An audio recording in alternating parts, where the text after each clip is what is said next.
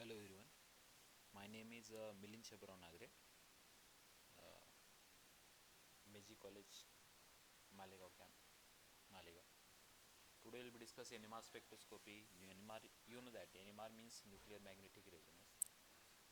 First of all, you know that this technique is used for structure determination. Okay, and this technique is very useful in industrial area because unknown compound is does not having any shape or identical character are show for help to identify the structure, but this technique is directly show the perfectly perfectly match or identical structure of NMR spectroscopy. Means these are give to data, and then these data are used in determine the structure. Okay, first of all, you know that the first of all starting is atom. Okay, this atom is divided into three parts, means these are divided into three subunit. First is a proton, second is a neutron, and third is a electron. These are basic. First, proton is positive charge, neutron is neutral, and electron is negative charge. First of all, this chapter name is nuclear magnetic resonance. Okay, nuclear means what? Nucleus. Nucleus means atom. Atom having a nucleus, na? Okay, and nucleus are divided into two types. Means these are involving proton involvement of proton and neutron is called as nucleus. Okay, electron हे बाहेरच्या शेलमध्ये असतात. Proton आणि neutron मिळून तयार काय होत असतो, तर न्यूक्लियस तयार होत असतो. तर त्याच्यामध्ये प्रोटॉन काय चार्ज असतो तो पॉझिटिव्ह, आणि न्यूट्रॉन कोणता चार्ज असतो तो न्यूट्रल असतो. न्यूट्रल म्हणजे कोणताही चार्ज नसतो. म्हणजे होल न्यूक्लियसमध्ये दोन गोष्टी असतात, एक प्रोटॉन असतो, दुसरा असतो न्यूट्रॉन, आणि त्याच्यामध्ये फक्त एकावच चार्ज आहे, एकावच चार्ज नाही आहे. म्हणजे होल न्यूक्लियसचा चार्ज असेल पॉझिटिव्ह. ओके, आणि सेकंड थिंग मॅग्नेटिक. आता हा जो मॅग्नेटिक जो प्रकार आहे ना, हा प्रकार कुठे येतो आणि कसा येतो हे समजून घेणं महत्त्वाचं आहे. सगळ्यात अगोदर मॅग्नेटिक मीन्स एखाद्या ठिकाणी जर इलेक्ट्रॉनचं ट्रान्सफॉर्मेशन होत असेल तर त्या ठिकाणी मॅग्नेटिक फील्ड जनरेट होते, आणि ती मॅग्नेटिक फील्ड आपल्याला इथे बघायची आहे. ओके, फिजिक्स मधली मॅग्नेटिक फील्ड आहे. ओके, म्हणजे कोणत्याही मॅग्नेटिक सबस्टन्सला दोन टाईपचे पोल असतात. एक पोल आहे साऊथ पोल, दुसरा पोल आहे नॉर्थ. ओके, हे माहिती आहे तुम्हाला. नेक्स्ट वर्ड आहे रेझोनन्स. आता हा जो रेझोनन्स दिलेला आहे, रेझोनन्स हा तुम्हाला ऑर्गॅनिक मध्ये पण आहे. जसं इलेक्ट्रॉन किंवा लोम्पेअर शेप होतात, आणि त्याच्यानंतर जी क्रिया जी प्रोसेस होते, these are called as resonance is called as organic chemistry. असं म्हणू शकतो की ऑर्गॅनिक केमिस्ट्रीमध्ये आपण रेझोनन्सला अशा प्रकारे एक्सप्रेस करतो. बट हा रेझोनन्स तो नाही आहे. तर हा जो रेझोनन्स आहे, या रेझोनन्सला आपल्याला वेगळ्या अर्थाने बघायचं आहे, फिजिक्सच्या मेथडने बघायचं आहे. आणि हा जो रेझोनन्स आहे याचा अर्थ असा होतो की जेव्हा दोन एनर्जी समांतर किंवा मॅच होतात, म्हणजे इक्वल होतात, त्याच्यामध्ये दोघांमध्ये जे रिलेशन असतं त्या रिलेशनला आपण काय म्हणत असतो, तर रेझोनन्स म्हणत असतो. मग अशा प्रकारे न्यूक्लिअर मॅग्नेटिक रेझोनन्स म्हणजे याचा अर्थ ज्या वेळेस दोन एनर्जी एक्सटर्नल मॅग्नेटिक फील्ड आणि इंटरनल मॅग्नेटिक फील्ड, त्या इंटरनल मॅग्नेटिक फील्डला दुसरा वर्ड आहे इंड्यूस मॅग्नेटिक फील्ड, ह्या ज्यावेळेस मॅच होतात त्यावेळेस जो रेझोनन्स म्हणजे जो मॅच झालेली जी प्रोसेस असते किंवा त्यांचं जे रिलेशन असतं, दिस आर कॉल्ड ॲज रेझोनन्स, आणि त्याला कम्प्लिटली आपण म्हणतो nuclear magnetic resonance. Okay, next thing, याच्यामध्ये दोन एक मॉलिक्यूल दाखवलेला आहे. ओके, हा जो मॉलिक्यूल दाखवलेला आहे हा स्वतःभोवती फिरतोय असं दाखवलेलं आहे. जसं आपण म्हणतो अर्थ हा स्वतःभोवती फिरतो, त्या टाईपमध्ये हा जो न्यूक्लियस आहे, हा न्यूक्लियस दाखवलेला आहे, हा स्वतःभोवती फिरतोय. त्याच्याच अपोजिट दुसरा न्यूक्लियस आहे, पण तो त्याच्या अपोजिट डायरेक्शनने फिरतोय. हे जे दोन न्यूक्लियस आहे हे दोघंही आयडेंटिकल आहे, किंवा ते मिरर इमेज आहेत एकामेकांची. आणि जेव्हा एखादी गोष्ट स्वतःभोवती फिरत असते तेव्हा ती एक फील्ड जनरेट करत असते. त्या फील्डचं नाव दिलेलं आहे अँग्युलर मोमेंटम. काय नाव दिलेलं आहे? Angular momentum. ही जी अँग्युलर मोमेंटम आहे ना, या अँग्युलर मोमेंटम मुळे एक व्हॅल्यू जनरेट होते, त्याला आपण म्हणतो स्पिन क्वांटम नंबर. हा जो स्पिन क्वांटम नंबर आहे ना, याला आपण आय ने दाखवतो. Okay, this are I value means spin quantum number. Okay, आणि जर समजा आपण जनरल एक्झाम्पल बघितला, हायड्रोजनचा जेव्हा न्यूक्लियस होता भोवती स्पिन होत असतो, त्यावेळेस तो हाफ व्हॅल्यू जनरेट करतो. म्हणजे स्पिन क्वांटम नंबर काय असतो? हाफ. आणि त्याच्यामध्ये हा जो फर्स्ट न्यूक्लियस आहे, हा जर आपल्याला पॉझिटिव्ह हाफ दाखवत असेल, तर त्याच्या अपोजिट जो न्यूक्लियस आहे, म्हणजे त्याच्या अपोजिट जो न्यूक्लियस फिरतोय, तो काय दाखवणार आहे? तर निगेटिव्ह हाफ दाखवणार आहे. म्हणजे अपोजिट डायरेक्शन मध्ये जो असेल तो अपोजिट व्हॅल्यू किंवा अपोजिट साइन दाखवणार आहे. नेक्स्ट थिंग, आता हे तर बेसिक आहे की जेव्हा आपण एखादी गोष्ट बघतोय, तर त्याच्यामध्ये दोन टाईप असतात, काही ऍक्टिव्ह असतात, काही इनएक्टिव्ह असतात. हे जे ऍक्टिव्ह आणि इनएक्टिव्ह हा प्रकार जो असतो ना, तर त्याच्यासाठी काही कंडिशन दिलेल्या आहेत. म्हणजे ज्यावेळेस स्पिन क्वांटम नंबर हा जो 0 असेल, त्यावेळेस एनएमआर काय असेल? तर इनएक्टिव्ह असेल. आणि जेव्हा तो आय व्हॅल्यू म्हणजे स्पिन क्वांटम नंबर हा नॉट इक्वल टू 0 असेल, त्यावेळेस एनएमआर काय असेल? ऍक्टिव्ह असेल. सिंपल थिंग आहे. कोणताही ॲटम असतो, म्हणजे एलिमेंट घेतला आपण, आपल्याकडं जेवढे पण एलिमेंट आहेत त्यापैकी कोणताही एलिमेंट घेतला, तर त्याला दोन गोष्टी असतात. एक असतं ॲटॉमिक मास आणि दुसरं असतं ॲटॉमिक नंबर. ओके, आता ह्या ॲटॉमिक नंबर आणि ॲटॉमिक मासच्या बेसिसवर आपण ठरवू शकतो की त्याचा जो स्पिन क्वांटम नंबर आहे हा 0 आहे का नॉट इक्वल टू 0 आहे. तर पहिली कंडिशन त्याच्यासाठी अशी दिलेली आहे, both are even. Means both are even म्हणजे ॲटॉमिक मास आणि ॲटॉमिक नंबर हे दोघेही इव्हन असतील, तर त्याचा जो स्पिन क्वांटम नंबर असेल तो 0 असेल. नीट समजून घ्या काय सांगतोय मी. Both are even means I is equal to 0, then NMR is inactive. This element R does not show any spectrum in NMR spectroscopy because these are NMR inactive. But both are odd. Odd means सगळ्यांना माहिती आहे. जर both are odd असेल, तर I is equal to I is not equal to 0 means spin quantum number काहीतरी आहे. Half आहे, fraction असेल, फुल नंबर असेल, पण आहे काहीतरी आहे, नॉट इक्वल टू 0. त्यावेळेस त्याला आपण काय म्हणणार आहे? NMR active. बिकॉज काय होतं लक्षात घ्या, आपण एनएमआर ऍक्टिव्ह कधी म्हणू शकतो? ज्यावेळेस तो स्वतःभोवती फिरणार आहे आणि त्यावेळेस काहीतरी व्हॅल्यू तो जनरेट करणार आहे. म्हणजे स्वतःभोवती फिरला तरच ती व्हॅल्यू जनरेट होते. आणि जे स्वतःभोवती फिरत असेल तर त्याला आपण काय म्हणणार आहे? Spin NMR active. ओके, जर फिरत नसेल तर त्याला काय म्हणणार आहे? एनएमआर इनएक्टिव्ह. म्हणजे याचा अर्थ असा होतो, जेव्हा एखाद्या संख्येमध्ये किंवा एखाद्या एलिमेंटमध्ये त्याचे ॲटॉमिक मास ॲटॉमिक नंबर येतो, बोथ आर ऑड असतात, त्यावेळेस तो काय असतो? काहीतरी स्पिन दाखवतो, काहीतरी फिरत असतो तो स्वतःभोवती आणि एक स्पिन क्वांटम नंबर शो करतो, तो नॉट इक्वल टू 0 असतो आणि त्याला आपण एनएमआर ऍक्टिव्ह म्हणू शकतो. त्याच्या खालोखाल दिलेला आहे बोथ आर नाही म्हणताय ना आपण, ऑड किंवा इव्हन.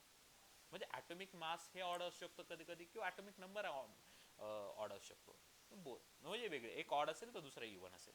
असं असेल तरीही त्याचा स्पिन क्वांटम नंबर हा नॉट इक्वल टू 0च असणार आहे. Means these are NMR active. Okay, काही एक्झाम्पल दिलेले आहेत तुम्हाला खाली. आता जो तुमच्या समोर एक्झाम्पल दिलेलं आहे कार्बन.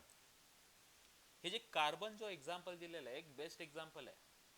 तर त्याच्यामध्ये जो 12 दिलेला आहे तो ॲटॉमिक मास आहे, आणि जो खाली 6 दिलेला आहे तो ॲटॉमिक नंबर आहे. आता ह्या दोघांमध्ये तुम्हाला हे माहिती आहे की दोन्ही काय आहेत? इव्हन आहेत. आणि आपण मगाशीच बघितलं, both are even then I equal to 0, NMR inactive. Means carbon 12 is NMR inactive. these are does not show NMR spectrum. NMR spectrum. Next is oxygen. Oxygen are same, means both are even. This because atomic mass is 16 and atomic number is 8. Both are even, means these are also NMR inactive because these are show I is equal to 0 value. Next thing, hydrogen. Hydrogen are 1s1. 1s1 means what? याच्यामध्ये हायड्रोजनची speciality तुम्हाला माहिती आहे की hydrogen मध्ये फक्त काय असतात? Proton असतात, न्यूट्रॉन नसतात. म्हणजे त्याचा ॲटॉमिक नंबर आणि ॲटॉमिक मास नंबर हे दोन्ही सेम असतात. हे दोघेही ऑड असल्यामुळे हे दोघंही ऑड असल्यामुळे त्यांचा जो स्पिन क्वांटम नंबर आहे तो 0 राहणार नाही. त्याच्यामुळे तो काय झाला, NMR ऍक्टिव्ह. आणि हायड्रोजनच्या स्पेक्ट्रोस्कोपीमध्ये जास्त आपल्याला म्हणजे जास्त उपयोग होतो, किंवा हायड्रोजनचा उपयोग होता असं नाही म्हणते ना, त्याचे स्पेक्ट्रम आपल्याकडे जास्त स्टडी केले जातात. बिकॉज हा स्मॉलेस्ट नंबर आहे आणि स्मॉलेस्ट एलिमेंट आहे, हा प्रत्येकामध्ये सापडतो. म्हणून NMR स्पेक्ट्रोस्कोपीचा स्टडी करत असताना आपण हायड्रोजनचा सगळ्यात जास्त स्टडी करत असतो. This are NMR active. Next carbon 30. याच्या अगोदर आपण जे एक्झाम्पल बघितलं ते कार्बन 12चं होतं. आता कार्बन 30चं एक्झाम्पल बघतोय. कार्बन 30चं एक्झाम्पल एकदम सिंपल आहे. कार्बन 30 मध्ये तुमचा ॲटॉमिक मास आहे 13 आणि ॲटॉमिक नंबर आहे 6. म्हणजे वरचं जे ॲटॉमिक मास दिलेलं आहे ते ऑड दिलेलं आहे, आणि हे जे काही खाली ॲटॉमिक नंबर दिलेला आहे तो इव्हन दिलेला आहे. Odd or even, odd or even मगाशीच बघितलं बघा. Odd and even, atomic number आणि ॲटॉमिक मास या दोघांपैकी कोणीही ऑड असू शकतं, कोणीही इव्हन असू शकतं. त्यावेळेस spin quantum number is 0, not equal to 0. Means these are NMR active. Next, fluorine. Fluorine 19 and 9. Both are odd. Okay. Both are odd means these are NMR active. Okay. Next, deuterium. Deuterium means these are isotope of hydrogen. Okay. Deuterium मध्ये atomic mass आहे 2 आहे आणि atomic number is 1, means odd even. Odd even means NMR active. Okay. Next thing, nitrogen. 14 and 7. आता 14 means even and 7 means odd. Odd even. वापस odd even आलं काय समजून घ्यायचं की डायरेक्टली की ऑड इव्हन किंवा इव्हन ऑड काही असेल तरी चाललंय. फक्त आपल्याला लक्षात ठेवायचं आहे की जेव्हा दोन्ही इव्हन असतील तेव्हा तो NMR इनएक्टिव्ह असेल, पण जेव्हा ते दोन्ही ऑड असतील किंवा जेव्हा एक ऑड एक इव्हन असं असेल किंवा इव्हन किंवा ऑड असं असेल तर ते काय असणार आहे, ऍक्टिव्ह असणार आहे. ओके. Next thing. ओके. आता आपण आपला जो मेन टॉपिक आहे त्याच्याकडे वळूया. तुमच्या समोर न्यूक्लियस दिसत असेल. हा जो न्यूक्लियस आहे, हा जो तुमच्या समोर न्यूक्लियस दिलेला आहे, या न्यूक्लियस मध्ये तुम्हाला दिसत असेल की तो काय करतोय, स्वतःभोवती फिरतोय. म्हणजे हा तुम्हाला NMR ऍक्टिव्ह न्यूक्लियाय दिलेला आहे. ओके. आणि हा जो NMR ऍक्टिव्ह न्यूक्लियाय आहे याचं जे स्पिन होत आहे, तर त्या स्पिनमुळे एक फील्ड जनरेट होते आणि त्या फील्डला नाव दिलेलं आहे induce magnetic field. these are called as induced magnetic field. त्या इंड्यूस मॅग्नेटिक फील्डला अजून एक आपल्याकडे वर्ड आहे, त्याला म्हणतात ओन मॅग्नेटिक फील्ड. काय म्हणतात, ओन मॅग्नेटिक फील्ड. आणि जेव्हा हा जो न्यूक्लियस आहे हा जेव्हा आपण एक्सटर्नल मॅग्नेटिक फील्ड मध्ये जनरेट ठेवतो किंवा प्लेस करतो, म्हणजे याचा अर्थ एखाद्या स्पिनला म्हणजे एखाद्या न्यूक्लियसला स्वतःची एक मॅग्नेटिक फील्ड आहेच, त्याला आपण इंड्यूस मॅग्नेटिक फील्ड म्हणतोय. त्याला आपण एक्सटर्नल मॅग्नेटिक म्हणजे बाहेरून आणलेली किंवा बाहेरच्या मॅग्नेटिक फील्डचा यूज करतोय आपण आणि त्याच्यामध्ये त्याला प्लेस करतोय. तर त्यावेळेस काय होतं, ह्या दोन ज्या फील्ड आहेत, इंड्यूस मॅग्नेटिक फील्ड आणि एक्सटर्नल मॅग्नेटिक फील्ड, या समोर समोर येतात. आणि ज्या वेळेस या समोर समोर येतात त्यावेळेस जो काही घडतो, जी काही प्रोसेस घडते, these are called as resonance. मगाशी मी सांगितलं होतं, दोन गोष्टी किंवा दोन एनर्जी जेव्हा समोर समोर येतात त्यावेळेस त्या मॅच होतात, त्याला आपण म्हणतो रेझोनन्स. ओके. आता याच्या खाली आपण जे दिलेलं आहे बघा, जेव्हा इंड्यूस मॅग्नेटिक फील्ड आणि एक्सटर्नल मॅग्नेटिक फील्ड ह्या जेव्हा एकाच फ्लो मध्ये असतात, एका फ्लो मध्ये म्हणजे काय, हे बघा, ही जी काय दिलेली आहे तुम्हाला, ही अप फील्ड मध्ये, ही पण अप फील्ड मध्ये, म्हणजे दोन्ही पण वरती जातात. आणि त्यावेळेस त्याला जे जे घडतं त्याला म्हणतात डी शिल्डिंग. ओके. त्यावेळेस जे घडतं त्याला काय म्हणतो आपण, डी शिल्डिंग. म्हणजे external magnetic field and induced magnetic field. IS means induced magnetic field. ES means external magnetic field. Both are help to each other. These are called as a de-shielding. But in case these are opposite to each other. Okay. These are opposite to each other म्हणजे ते एकमेकांना directly काय करतात, cross करतात. ते जेव्हा cross करतात, त्या क्रॉस केल्यामुळे काय होत असतं, तिथे शिल्डिंग होते. शिल्डिंग म्हणजे काय, ते समोर समोर येतात आणि ते एकामेकांना काय करतात, अपोज करतात. ज्यावेळेस ते असे पद्धतीने प्रोसेस होते, त्यावेळेस आपण त्याला काय म्हणत असतो, शेडिंग. ओके. आणि या शेडिंग मुळे काय होतं, यांची जी व्हॅल्यू आहे, शेडिंग आणि डिशेडिंग मुळे काय होत असते, यांची व्हॅल्यू कमी जास्त होत असते. आता ते पुढच्या आपण पेजवर बघणारच आहे. ओके, ठीक आहे. बघा आता, NMR scale. NMR scale means what, एखाद्या एनएमआर स्पेक्ट्रोस्कोपी मध्ये कोणते, म्हणजे आपण जेव्हा एनएमआर स्पेक्ट्रम बघतो, तर त्यावेळेस त्याची जी स्केल आहे ती फिक्स असते. फिक्स म्हणजे काय, त्याच्या व्हॅल्यू फिक्स असतात, की ह्या स्केलच्या पुढे ती जाऊ शकत नाही. त्याची स्केल दिलेली आहे 0 to 14 ppm means parts per million. Okay. आणि जेव्हा आपण एखाद्या एनएमआर स्पेक्ट्रम मध्ये झिरो बघतो ना, तो झिरो जो स्पेक्ट्रम असतो, म्हणजे एक फिक्स व्हॅल्यू आहे झिरो, ही टीएमएस ची आहे. टीएमएस म्हणजे काय, एक एक मॉलिक्युल आहे किंवा एक कंपाऊंड आहे टीएमएस, टेट्रा मिथिल सिलिकेट.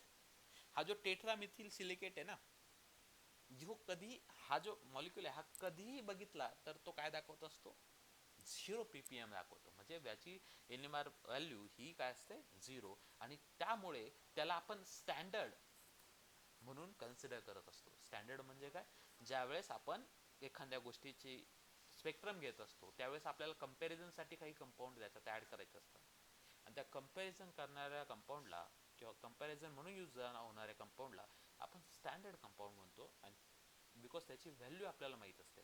आता तसं टीएमएस, टेट्रामिथिल सिलिकेटची व्हॅल्यू जी आहे ती आहे 0. Okay, sorry.